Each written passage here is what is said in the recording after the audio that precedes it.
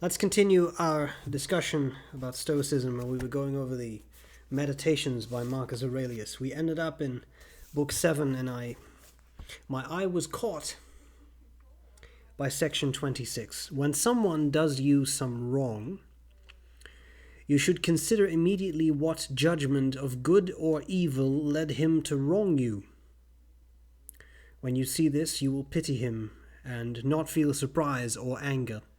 You yourself either still share his view of good or something like it, in which case you should understand and forgive.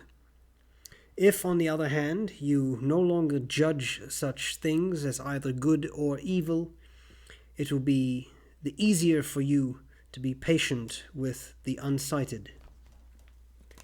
I had to think of this one, or this one specifically stood out to me. Because the experience I had yesterday at the post office, I had to mail something, and it was an international shipment, and there are different shipment options, so I had taken care of everything online, which means you go to the website of Canada Post, you enter the measurements, the weight, the shipping option that you want out of the different options, how much insurance you want. And then you can pay online, and then all you need to do is go to the post office. You get a QR code on your phone, they scan it, label comes out of the machine, and everything is done, and you're ready to go. So I went to a post office, and it was my turn, and I said, "Hello, I would like to mail this, please." I have already done everything online. Now, recently, it's a very recent development that you can complete your customs forms online. So I now think that what the lady at the post office thought I had done was just do the customs forms. So she said, "Oh, that's great." She took the parcel. I showed her the QR code on my phone, and she said, "Yeah, I'm not ready for that yet." And I thought, you are, because that's the first thing you have to scan, and then everything pops up on your screen, and again, label comes out of your machine, you put it on, and we're ready to go. But she didn't see it that way. So I had the feeling this was not going well, but I thought, well, let's see, maybe I'm wrong. I'm, after all, not the employee of the post office. And then she started to measure the parcel. But I had already done that. So I thought, no, this is not going right. So I said, I have already done all that online. And she ignored me. And she said, "What shipment method do you want?" I said, "I have already selected that online, as I said." And there was a silence and just a stare. And I said, "Well, small packet." She said, "Okay." She types that in. I think, okay, she's definitely doing this wrong because I have already made all these choices, right? So then she said, "What insurance?" I said, "Yeah, again, I have already entered all this." "Yeah, but what insurance?" So I said this. She said, "No, that's too much. You can't have a small packet with that. Then it has to be something else." I said, "Okay, well, then let me check what I have done." So at this point, I'm starting to get pretty annoyed. I look at my phone and says, "Well, it says express post." But again, I have already done all this. I have already paid for this. Ignored again. She enters it. She said, "Okay, now show me this code." So I show her the code. She scans it. She says it doesn't work. I thought, no, it doesn't work because you've done this wrong. She scans it again. No, it doesn't work. She fiddles a bit. She scans the code again, and it doesn't work. And she said, "I don't understand, this doesn't work." I said, "No, because I have already done all this. I have already paid online." So there's this silence. I said, "So if you scan this code, the label should come out of your machine. That's how this works." "No, that's impossible." I said, "No, it's not, because I've done this very same thing here at this very location at the post office before with that colleague." I will admit, at this point, I was struggling to maintain my composure and stay calm.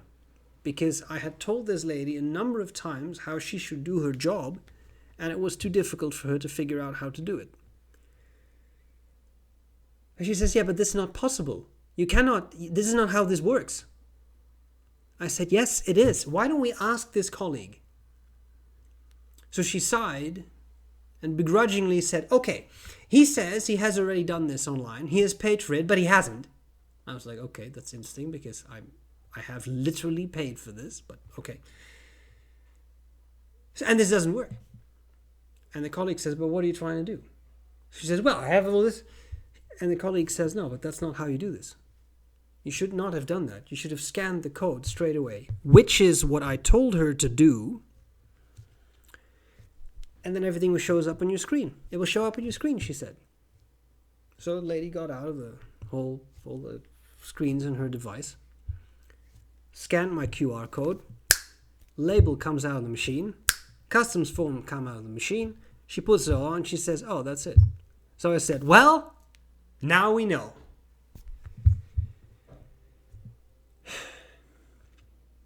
In those types of situations, I struggle a lot to stay calm. I don't want to get angry, but in the face of these kinds of frustrating things, it can be pretty difficult. And again, this is something I struggle with.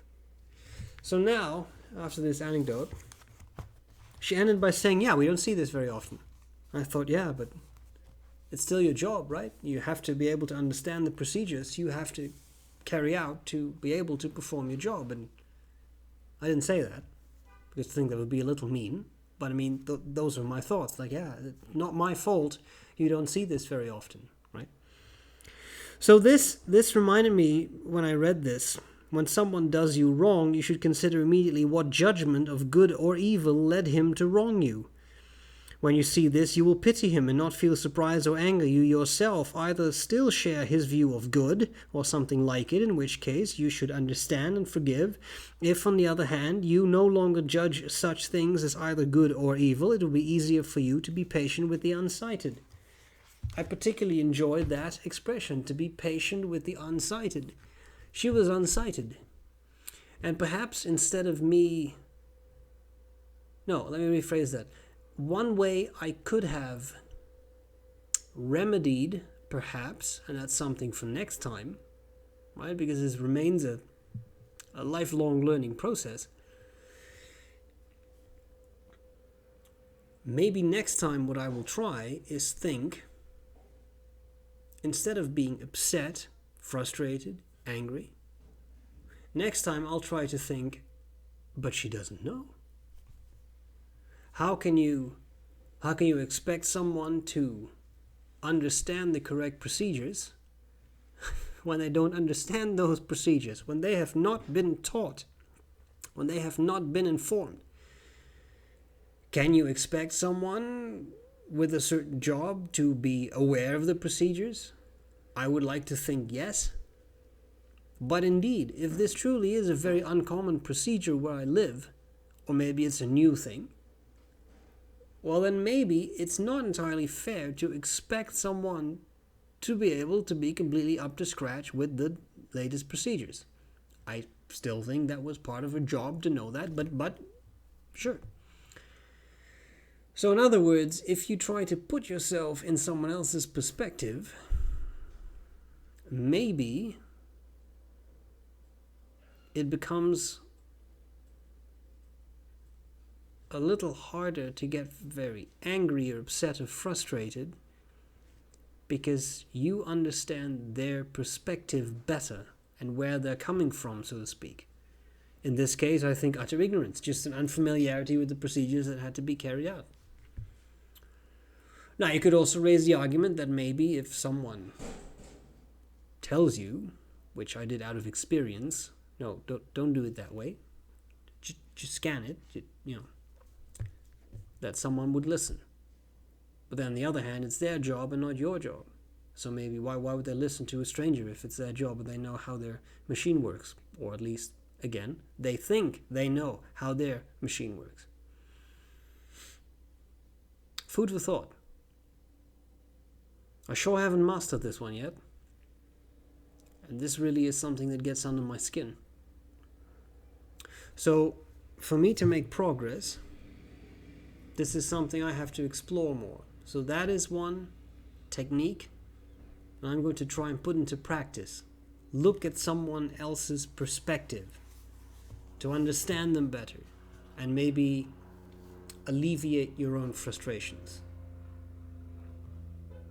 And then you have patience with the unsighted, those who simply cannot see what is truly going on.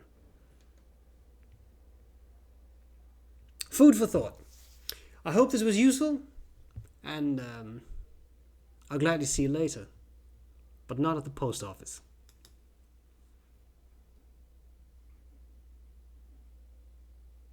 Nothing happens. I click the button.